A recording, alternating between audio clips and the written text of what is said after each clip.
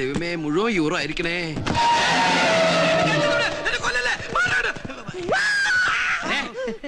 ഇത്രയും പ്രായമായില്ല, ഒരു പാവനെ കണ്ടിട്ടാണ് പേടിക്കുന്നത്.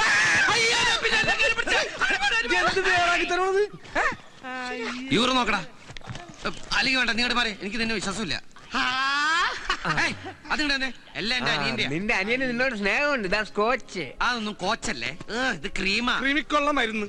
കുട്ടേട്ടാ, ഇത് മുഴുവൻ പാവകളാ. എനിക്ക് തോന്നണത് അവൻ ജർമ്മനിലെ തൃശ്ശൂർ പൂരത്തിന് ഈ പാവക്കച്ചവടം പണിയുന്നതാണ്. അയ്യോ, കരുതാക്കൂടെന്ന് പറയില്ലടാ.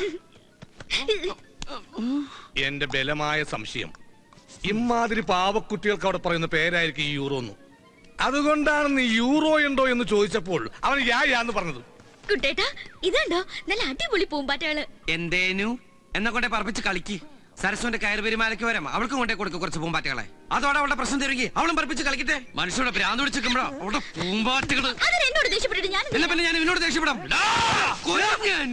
നീ സമനില തെറ്റി നിന്റെ അനിയനെ പോലെ ആവരുത്. എനിക്ക് സമനില തെറ്റും. യൂറോ കിട്ടിയില്ലെങ്കിൽ യൂറോ.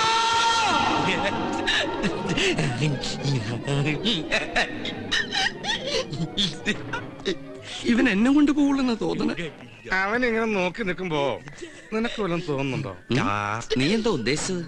ഐ മീൻ പൂച്ച മത്തിത്തല കടിച്ചു പിടിച്ച് കൊടണ പോലത്തെ ആ സുന്ദരമായ ചിരി എന്തൊരു ഐശ്വര്യദായകമാണ്. നോക്കണ കുട്ടാ, കങ്കാരുവിനെ പോലെ വയറിലൊരു ബാഗ് ഫിറ്റ് ചെയ്ത് കുട്ടാ കിട്ടി, യൂറോ കിട്ടി. എവിടെ നോക്കു മോനെ, ഈ കഥ കൊണ്ടുപോണത് ആ കങ്കാരു ബാഗാ. Euro euro.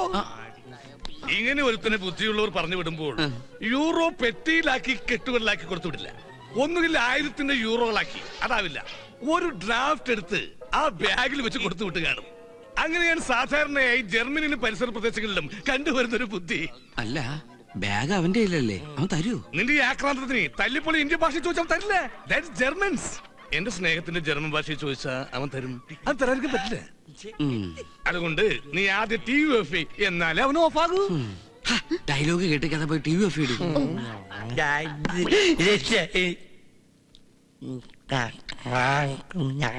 അവൻ ഓഫായി.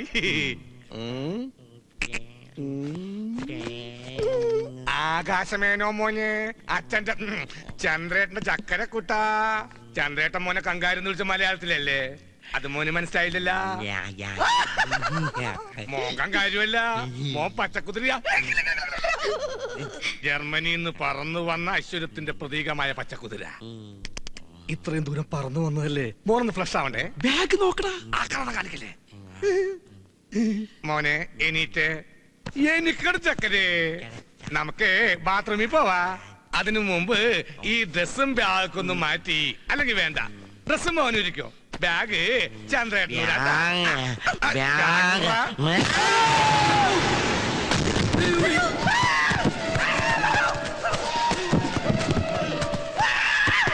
ഞാനെടുത്തി ഇത്ര നേരം മുകളിലുണ്ടായിരുന്നല്ല. ഒന്നും പറ്റിയില്ല. മോശമായി പോയി.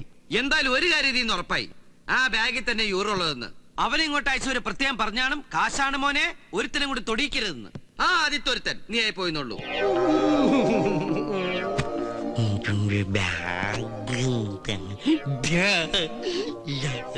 കുട്ടേട്ടനൊന്ന് ചോദിച്ചു നോക്ക്, ചെലപ്പോ തരും. എന്തായാലും ഏട്ടനല്ലേ. അത് ശരിയാ, രക്തം രക്തത്തെ തിരിച്ചറിയുന്ന. എന്തേനു രക്തത്തെ തിരിച്ചറിയും. അങ്ങനെ തിരിച്ചറിഞ്ഞോണ്ടാണല്ലോ എയർപോർട്ടിൽ വെച്ച് എന്നെ കണ്ട ഉടനെ ഹലോ മൈ ഡിയർ ബ്രദർ എന്ന് പറഞ്ഞ് ഓടി വന്നിട്ട് അമ്മയുടെ സമ്പാദ്യമായി ഏട്ടന് വേണ്ടി കരുതി വെച്ച 1,00,000 യൂറോ ദാ പിടി എന്ന് പറഞ്ഞ് എന്റെ കൈ തരികയും അതിൽ നിന്നൊരു 500 യൂറോ എടുത്ത് ഞാൻ ഈ പോക്കലിട്ട് തരികയും ചെയ്ത് താൻ മറന്നുപോയ കോമഡി കളവാ. മൂക്കിൽ വരലിട്ട് കൊല്ലു അതിനെ. അല്ലടി, ഞാനൊന്ന് ചോദിച്ചു നോക്കിയാലോ? എന്തായാലും ഞാൻ എന്റെ ഏട്ടനല്ലേ. ആകാശ് മോനു, ആകാശു, കാശില്ലാത്തൊരു പാവം ദരിദ്രവാസിയല്ലേ നിന്റെ ഏട്ടൻ. മോന് വേണ്ടി എടുത്ത് ഈ വീടിന്റെ കാശ് ദേ നോക്കി.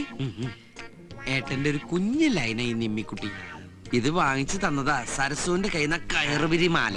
അതെടുത്ത് കൊടുക്കാൻ കുറച്ച് കാശ്. കാശെന്ന് മലയാളത്തിൽ പറഞ്ഞാ നിങ്ങളുടെ ജർമ്മനിലെ യൂറോ. ഈ യായായാലും എനിക്ക് അത്ര വിശ്വാസം ഇല്ല കേട്ടോ. ബാഗ് മോൻ കഴുത്തി തന്നെ ഇട്ടോട്ടാ, ഊരണ്ടേ. ഏട്ടൻ അതിന്ന് മെല്ലെ കാശ് എടുത്തോളാട്ടോ.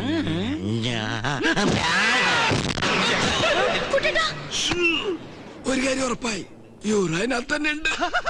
ഇപ്പഴാ എനിക്ക് മനസ്സിലായത് ഞാൻ എങ്ങനെയാ താഴെ പോയതെന്ന്.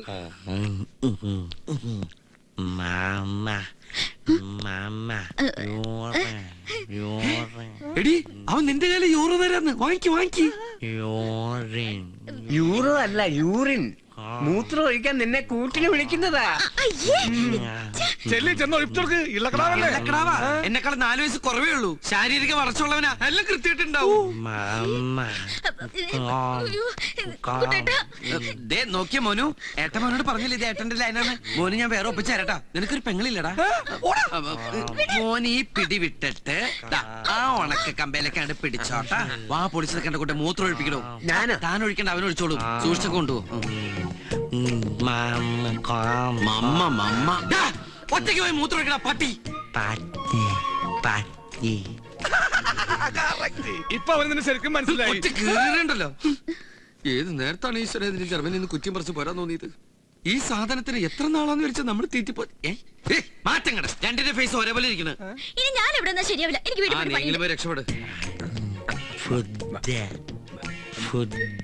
ഫുഡ് വേണമെന്നാ പറയുന്നേ. ഓ, വയറ്റിന് കുറച്ച് ഒഴിച്ചറിഞ്ഞപ്പോ വയറ് തിരിച്ച് ഫില്ല് ചെയ്യാനുള്ള ചെക്കൻ്റെ ഒരു ആക്രാന്ത. ഞണ്ണാമല്ല ഇരിപ്പുണ്ടോ അവിടെ? മേശ, കസേര, കട്ടിന് തുടങ്ങി യൂറോപ്യൻ ക്ലോസറ്റ് വരെ ഉണ്ട്. അതൊക്കെ മതിയാവോ ജർമ്മൻ ഷെപ്പേറിന്? ആ പൈസന്ന് ഫുഡ് അടിക്കാനാ കൊടുക്കടാ. ഇനി അതിനും കാശ് ഞാൻ ഉണ്ടാക്കണം. പിന്നെ ഞാൻ ഉണ്ടാക്കണോ? നിന്റെ അനിയൻ നിന്നെടാ പിച്ചക്കാരെ തിരിച്ചറിയാനുള്ള ബുദ്ധിയൊക്കെ ഉണ്ടാവന്. വരും. പെട്ടെന്ന് കിട്ടാൻ ഈ ഹോട്ടലിൽ വന്നത്. അല്ലെങ്കിൽ 5 സ്റ്റാർ ഹോട്ടലിൽ പോവായിരുന്നു. അവിടുത്തെ ബില്ല് നിന്റെ അച്ഛൻ കൊടുക്കോ? എന്റെ അച്ഛൻ എന്തിനു കൊടുക്കണം? നിന്റെ അനിയൻ നീ കൊടുക്കണം. അല്ല കുട്ട, എനിക്കൊന്നും പറയുന്നില്ലേ? തന്റെ തന്തയ്ക്ക് പറഞ്ഞാലാ മതിയാ? അതല്ല, കഴിക്കാനൊന്നും പറയുന്നില്ലേന്ന്. തനിക്ക് ഞാൻ മസാല ദോശ, നെയ്റോസ്റ്റ്, ഊത്തപ്പം, ഇഡലി, വട വേണ്ട. പഴംപൊരി, പിന്നെ chilli chicken, butter chicken, noodles, gulab jam, ice cream, ഇതൊക്കെ മറ്റുള്ളവർ കഴിക്കുന്ന കാണിച്ചു തരാട്ടാ. എടോ, തനിക്ക് ഫുഡ് വാങ്ങിച്ചു തരാൻ താൻ ആരാ? എന്റെ അപ്പനാ. ആകെ ഒരു 100 ചില്ലറയുണ്ട്. അവനവൻ ആത്മ ഫുഡിന് ആദരിക്കുന്നവാ. അവനവൻ ബില്ല് കൊടുക്കണമെന്നാണല്ലോ തത്വശാസ്ത്രം. അവന്റെ ബാഗിൽ നല്ല യൂറോ ഇല്ലേ, അവനെടുത്ത് കൊടുക്കട്ടെ. അതവൻ തരില്ലല്ലോ. എന്നാ ബാഗും ചേർത്ത് ഈ ഒരു പിണ്ണൊക്കെ പണയം വെക്കാം. ചേട്ടാ, ഇവിടെ ഈ യൂറോ നേരെ ചെന്നിട്ട് വലത്തോട്ട് തിരിഞ്ഞാ മതി. യൂറിന്നല്ല, ഇവിടെ ഈ ജർമ്മൻ യൂറോ. ഓ, അയാള് 3-4 ദിവസം മുമ്പ് ഇവിടെ വന്നു പോയല്ലോ. ഡോ, ആ ജർമ്മൻകാരൻ ന്യൂറോ ഇല്ലേ, ഇവിടെ ഇടക്കിടക്ക് വരാറില്ല. അയാൾ ഇപ്പൊ എവിടെ ഉണ്ടാവും? അതെ, ചേട്ടനോട് ഞാൻ ഒന്നും ചോദിച്ചിട്ടില്ല. എല്ലാം മാച്ചളഞ്ഞേക്ക്. ഞാൻ ഈ വഴിക്ക് വന്നിട്ടേ ഇല്ല. ഇത് കുറെ നേരമല്ലോ ഇടക്കിടക്ക് ഓർഡർ പറയാൻ ഞാൻ ജഡ്ജിയാ.